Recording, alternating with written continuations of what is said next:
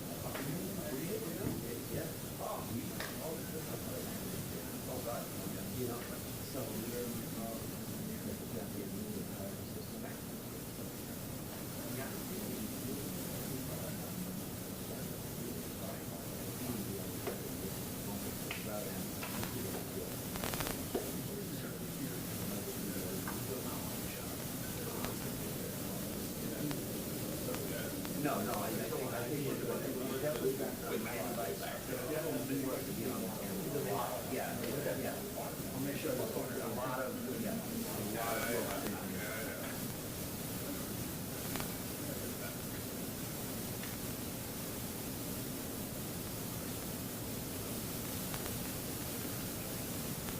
Make sure you tell her like that. Make sure you tell her.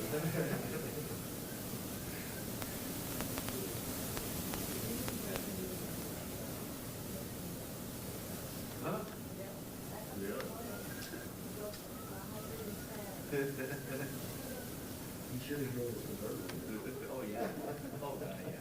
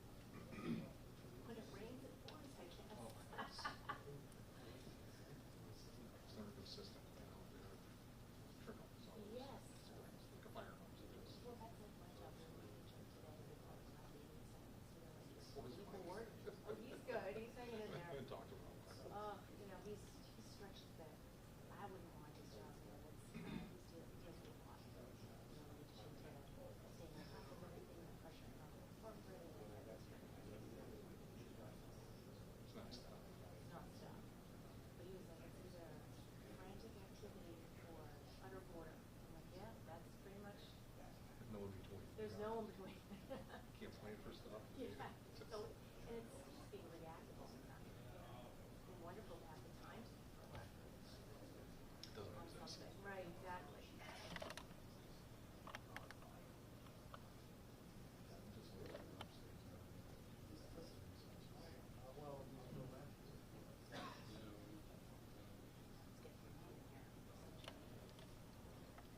Right?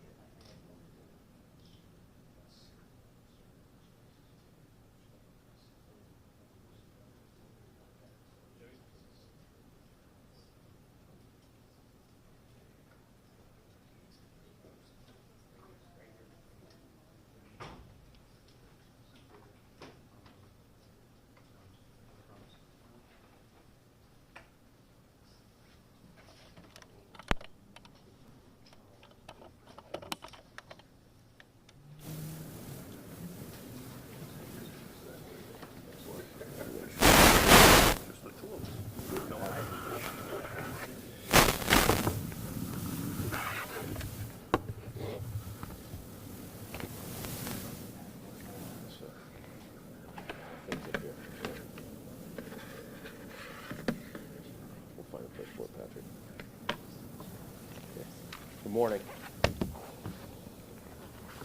Thank you for being here. I am Anthony Gulluni, the Hampden District Attorney. I'm joined this morning by two individuals involved in the investigation and representing their respective agencies. To my right is Lieutenant Colonel Jack Maughan of the Massachusetts State Police. To my left is a Chief David Pratt of the Holyoke Police Department. Thank everybody for being here. I want to update the public, on an important narcotics investigation which resulted in a significant seizure of drugs and firearms in the city of Holyoke. Presently, two suspects are held in connection with this investigation: Francisco Marrero, 22, and Victor Colon, 23, both of the city of Holyoke. They have been arrested and charged with narcotics trafficking in Class A, heroin, over 200 grams, narcotics trafficking in Class B, cocaine, also over 200 grams, and multiple firearms charges, which you can see from the collected evidence that is before me. First and foremost, I want to thank the members of my office's Hampden County Narcotics Task Force and my office's SAFE Task Force, along with the Holyoke Police Department under the leadership of Chief Dave Pratt, for their hard work and excellent investigation in arresting these suspects. Over the past several months, members of my office's Hampden County Narcotics Task Force and the Holyoke Police Department have investigated heroin and cocaine sales occurring in and around 119 Nonotuck Street in the city of Holyoke. Recently, this address became of greater interest to law enforcement after a murder occurred in the parking lot of 119 Nonotuck Street on September 3rd, 2022, where an extraordinary gun battle played out with over 30 shell casings later recovered by investigators. An arrest was made in connection with that homicide. That person's name is Victor Diaz-Torres, 23, of Holyoke, who was arrested several days later on September 8th, 2022, by members of the Massachusetts State Police Detective Unit assigned to my office, the Holyoke Police Department, and the Hampden County Sheriff's Department. That individual is currently being held without the right to bail on a first-degree murder charge. Late last week, on October 7th, 2022, at approximately 1:30, search warrants were executed at an apartment located at 119 Nonotuck Street. During the execution of that warrant, and what you see here before you, detectives seized almost 21,000 individual bags of heroin weighing over 400 grams, which is almost a half kilogram. Also over a kilogram of cocaine, 2 AR-15 rifles, 3 handguns, over 20 extended or high-capacity magazines, various ammunition, and about $6,000 in United States currency. The drug street value is approximately $250,000 of the combined heroin and cocaine. The suspects, as mentioned, were arraigned yesterday in Holyoke District Court. Each is being held without the right to bail, pending a dangerousness hearing scheduled for October 14th, 2022. I'd like to highlight and remind the public that recently I stood with Mayor Joshua Garcia in front of Holyoke City Hall after a spike of homicides and violence in that city. My office, along with the Holyoke Police Department and Massachusetts State Police, will continue our diligence and commitment to the safety of the city's residents. We know there are a very small number of people who seek to profit from addiction and violence. We will not tolerate it, and we will stand with the great majority of people in the city of Holyoke who seek to lead peaceful and prosperous lives.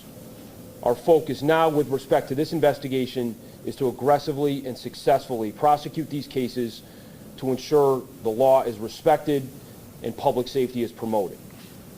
I want to say particular thank yous to a couple individuals who really led this investigation. That's Holyoke Police Department member and task force officer in my office's narcotics unit, Officer Liam Glasheen, who's here somewhere. Liam, thank you. Also, State Police Task Force leader of the narcotics unit, Sergeant Aaron Kane, who's also here, and of course, State Police Detective Lieutenant Sean Marr, who leads all our investigations with great skill. Beyond that, I'm happy to take any questions about the investigation or the evidence that's before us here. The murder happened outside or in the vicinity. Are they connected other than by location? Not that we know of at this point, Patrick, but it's in the very parking lot of 119 Nonotuck Street where that gun battle played out. Individuals associated with that address were involved in that extremely dangerous and violent incident. And obviously, search warrants were executed at 119 Naugatuck Street in a particular apartment. So it's really a statement on the inextricable connection between drugs and guns and serious street violence. And we make that case to our court system that even if it's just a drug case without gun charges, that has, again, a relationship that cannot be separated between violence and those drugs. And here we see it. We saw it at Naugatuck Street, where about a month prior there was a violent battle, gun battle, and then a month later we execute search warrants with presumably different firearms and a drug operation of real significance. So the point is to the public and to our court system that all this comes together and it can't be separated. And it has to be treated as such.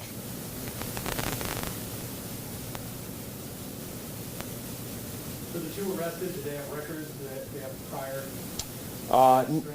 Not that I can speak of. I can tell you sort of anecdotally they were not very serious long records, but obviously in the lead position on a pretty serious narcotics trafficking organization, and one that they protected and promoted with at least intimidation and violence.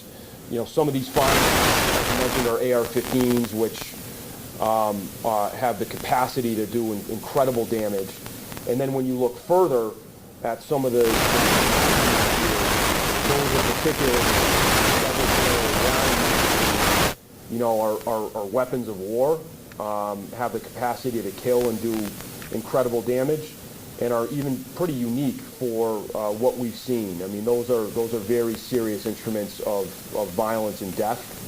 So irrespective of their background, they were prepared and ready to inflict serious violence to promote and protect their drug operation, which was presumably very profitable for them.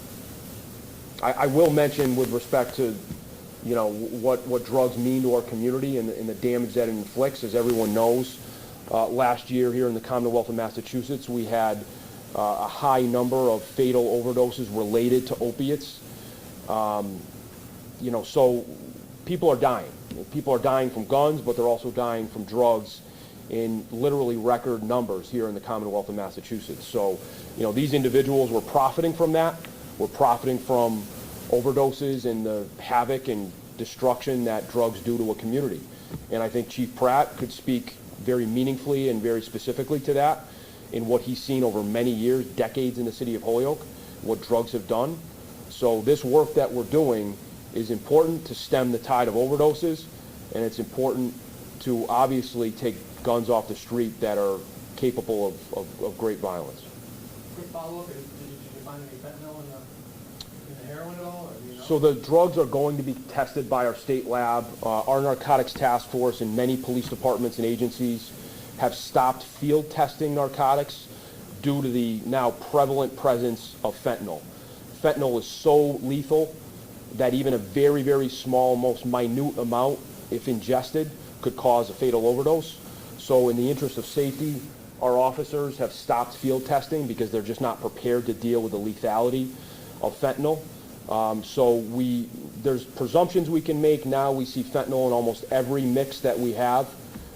Anything purporting to be heroin usually has fentanyl. Sometimes it's only fentanyl now as opposed to a mixture of heroin and fentanyl. Fentanyl has become much more prevalent due to its profitability. It's so potent that it can be mixed with other things, a very small amount, and still be a product that's very successful on the streets. So we don't know what the composition of the drugs are right now. Those will be tested in a lab where they're prepared to deal with things as dangerous as fentanyl, and we'll produce that as a part of our prosecution, what that composition is. The investigation that led to the search warrant, when did that begin? August. Okay, so before it's murder. Correct. Your questions? Thank you. Thank you all. Thank you. Colonel? You, sir. Thank you. Thank you. Chief, thank you. Thank you, Mayor. Thank you. This is awesome. Yeah, it's a good one. Good one.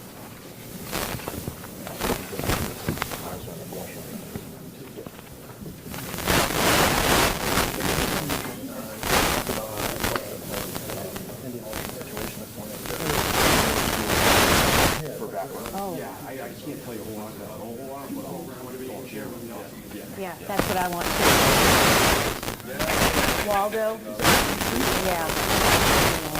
Quick update, I've been dealing with this, but I don't know